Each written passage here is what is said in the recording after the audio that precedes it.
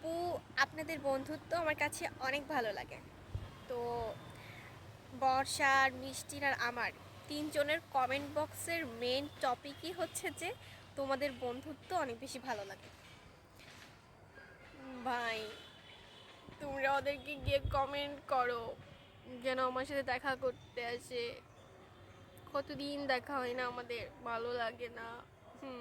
ভালো লাগে না। ওদেরকে গিয়ে ডিস্টার্ব করো, কমেন্ট করো, ইনবক্স করো, সব জায়গায় যে যেখানে পারো ডিস্টার্ব করো যেন দেখা করতে আসে, দেখা করতে আসে, দেখা করতে আই আই দেখা করতে। আসলে অনেক বেশি মিস করি, কি বলবো।